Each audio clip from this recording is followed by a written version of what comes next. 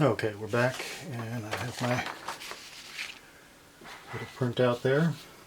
And this one that I'm working from is a really nice version because it has both the front view and a profile. And this was downloaded from fredfixler.com.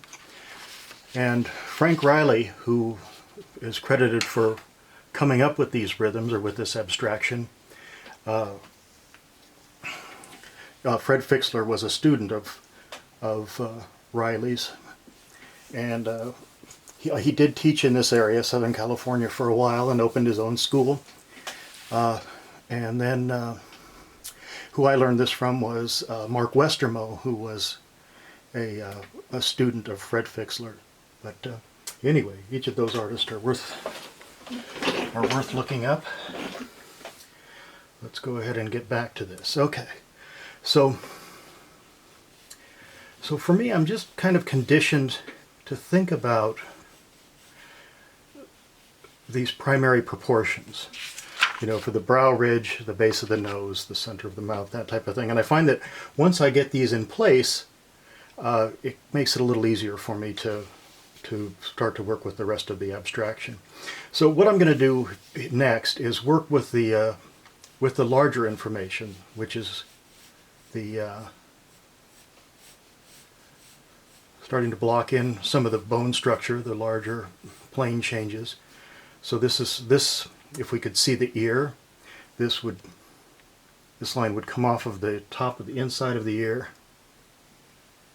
and pull down just below the eye, starting to kind of establish the bottom of the eye socket. Come in along here, brushing against the outside of the nostril, curling down here, and this line, it took me a little while to figure out that this line does have a purpose to it, and one of the things that I want, one of the reasons why I chose this, it's not real apparent on everybody, but you can see here that this line, that there is a plane change. Again, that's a little more obvious on some people than on others. So this comes down along that plane change and then locks into the corner of the mouth, or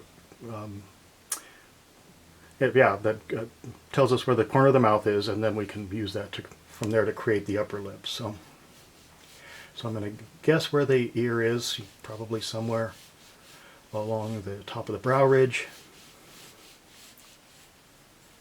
outside of the nose, down along that subtle plane change, and to the corner of the mouth, like so.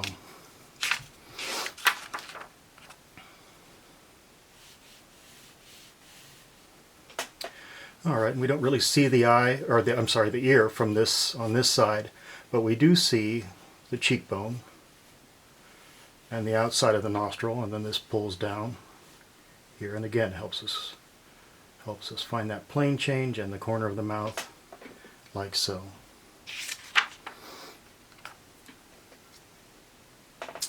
All right, and then coming in off of the outside upper edge of the ear, we bring this next line, and it helps us describe the underplane of the cheekbone. And again, this particular portrait works really well for us to describe what's happening next. So we come in here, pick up the bottom of the cheekbone, and then this pulls down and lines up with this shape here.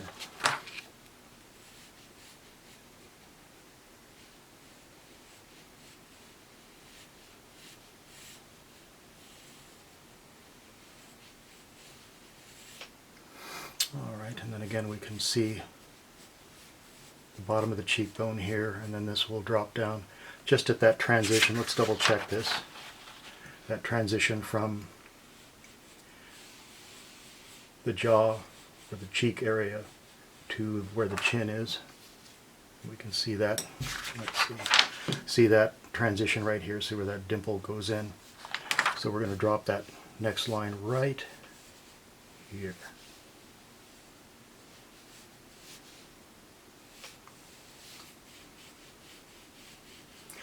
Alright, so now we're starting to get that some of that structure, the bone structure, primary bone structure of the face there.